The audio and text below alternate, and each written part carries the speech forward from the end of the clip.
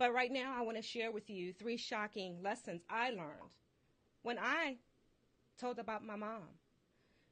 Now, for you guys that are watching who aren't familiar with me, again, I'm Audra R. Upchurch, founder of Freedom to Thrive, 3-time best-selling author, entrepreneur, and wife, mother, grandmother. But before all of that, 30 years ago, I was a homeless teenager in Brooklyn. You know, my mom suffered with mental illness. And to navigate growing up, well, let me back up. Let me set the stage for you. Can I set the stage for you? All of this happened. My mom's mental illness spiraling out of control happened in the 80s when crack hit.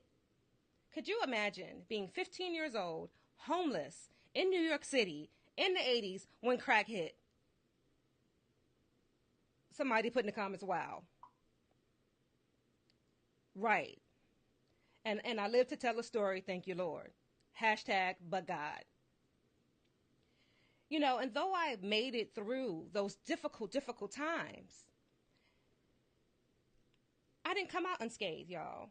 There were some bondage. There were some chains that still were attached to my life and affected every single component of it. Those chains affected my relationships with my own children. Those chains affected my interpersonal relationships because my dating life was a mess. Somebody put in the comments, mess, M-E-S-S, all caps, exclamation point. I didn't know how to communicate with folks in a dating situation without it being chaos, drama, and all out craziness.